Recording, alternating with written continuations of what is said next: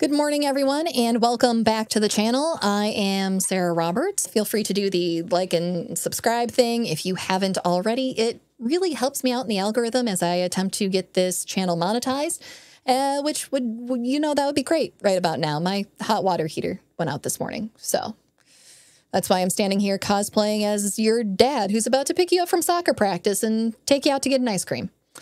Don't worry, champ. You're doing great.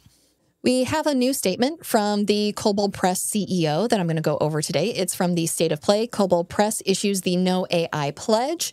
It will be linked down below in the video description for you to either read along or check out at your leisure. But this appears to be in the wake of the Dungeons & Dragons latest...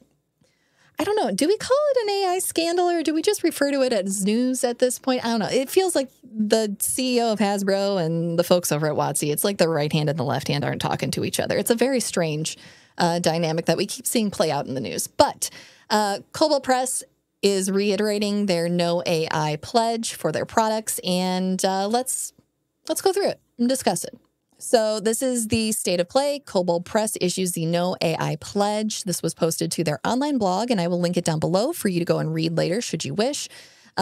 This is by Wolfgang Bauer, the CEO of Kobold Press, the Kobold in Chief, if you will.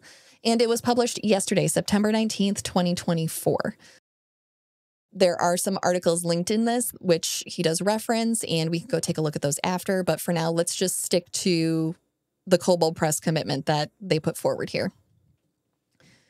Both as Kobold Press CEO and as a game designer, I am pleased to say that Kobold Press's policy on AI is simple and direct.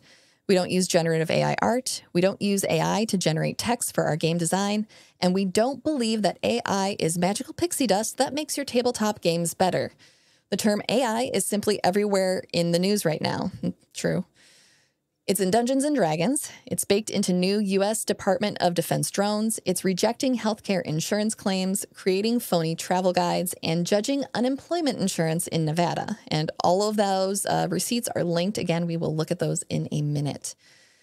In many of those cases, it's clearly doing the job worse than humans do. It's not the right tool for every job, given its error rates in healthcare, such as medical imaging.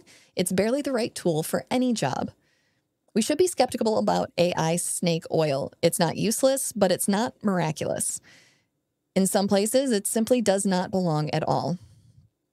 The staff at Kobold Press doesn't think AI belongs in generating art, role-playing, or storytelling. Making your games your own is the heart of the RPG hobby, creating your world, your character, and your story with friends. Frankly, we've seen LLM, large language models, text prompts work okay for chatbots.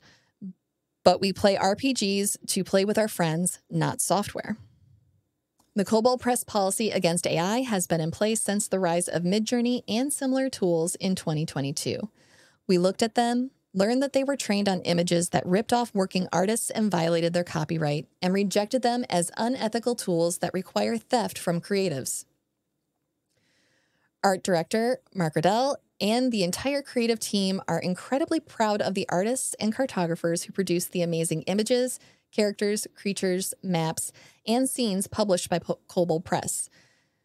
We believe in their talent and their vision, and we plan to continue hiring artists to create Kobold Press covers, maps, and interior art to the highest possible standard.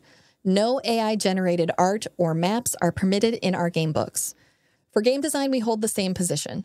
Kobold Press believes in empowering players and game masters with tools, such as the upcoming Encounter Builder tool, that enable your game to run well.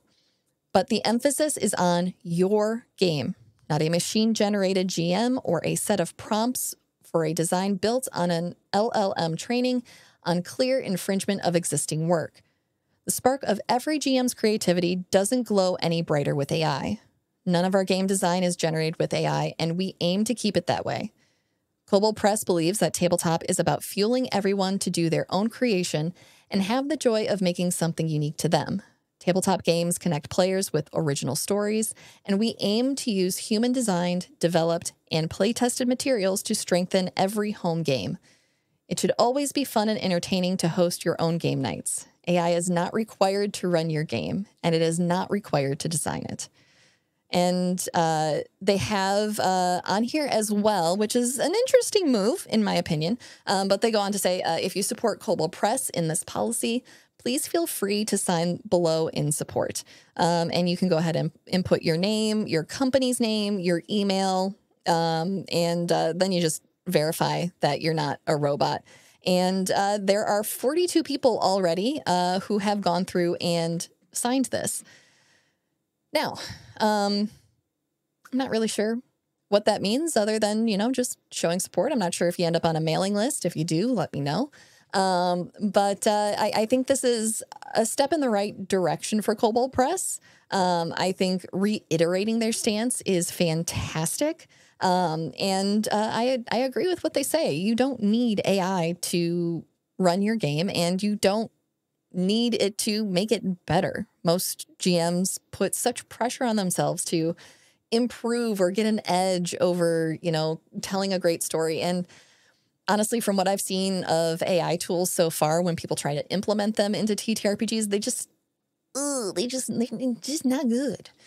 I'm personally against the use of generative AI. I don't want to use tools that are created without paying artists for their work. As someone who works in multiple creative disciplines, I don't want to see us get to a point where we value products that are collaged together by a computer rather than art made by human hands and imagination.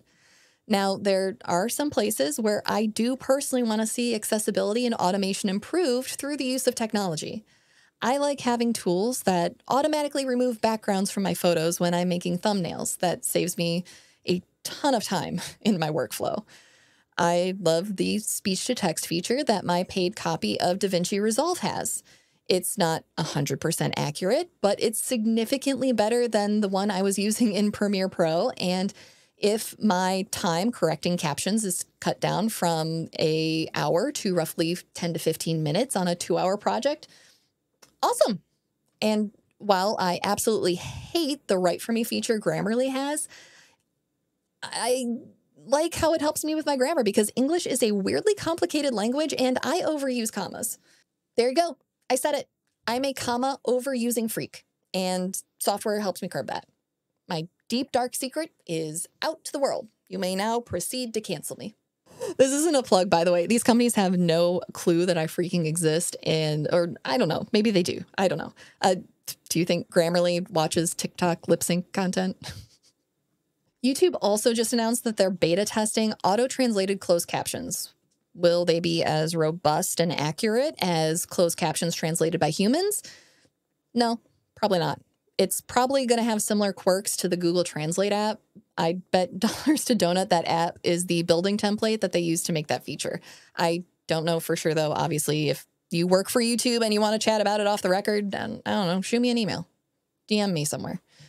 What do you think about this? Let me know in the comments. Do you think there's a place for non-generative AI in TTRPGs?